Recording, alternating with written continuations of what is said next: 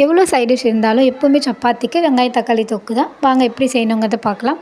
அதுக்கு இது போல் எண்ணெய் சேர்த்துட்டு தாளிச்சிட்டு அதில் கறிவேப்பிலையும் பச்சை மிளகாயும் அதோட நம்ம பொடியாக நறுக்கி வச்சுருக்க 3 சின்ன வெங்காயமும் சேர்த்துக்கலாம். கூடவே இஞ்சி பூண்டு பேஸ்ட்டும் இது போல் இருந்துச்சுனாக்கா சேர்த்துட்டு நல்லா வதக்கி விட்டுக்கோங்க. கொஞ்சமாக கல்லுப்பு சேர்த்துட்டு கொஞ்சம் வெங்காயம் நல்லா வதங்கினதும் நம்ம ஃபைனாக அரைஞ்சி வச்சுருக்க தக்காளியும் சேர்த்துக்கலாம். 1/4 ஸ்பூன் அளவுக்கு மஞ்சள் சேர்த்துட்டு நல்லா வதக்கி விட்டுக்கோங்க. இப்போ நம்ம மூடி போட்டு மூடிட்டோம்னா இது நல்லா வதங்கிடும். இந்த டைமில் நம்ம வீட்டில் அரைச்சிருக்க மிளகாய் பொடி ஒரு 1 ஸ்பூன் அளவுக்கு சேர்த்துருக்கேன். அவ்வளோதான். மிளகாத்தூள் சேர்த்துட்டு இதை நல்லா கிளறி விட்டுட்டு அதோட பச்சை ஸ்மெல் போனதுக்கப்புறம் இந்த தொக்குக்கு தேவையான அளவுக்கு தண்ணி சேர்த்துக்கோங்க. தண்ணி சேர்த்துட்டு மூடி போட்டு மூடி வச்சிங்கனாக்கா ஒரு 5 to 10 மினிட்ஸில் ரெடி ஆகிடும். இதில் நமக்கு உப்பு கம்மியாக இருந்துச்சுன்னா இந்த ஸ்டேஜில் ஆட் பண்ணிவிட்டு லாஸ்ட்டாக 1 ஸ்பூன் அளவுக்கு எண்ணெயை சேர்த்துக்கோங்க.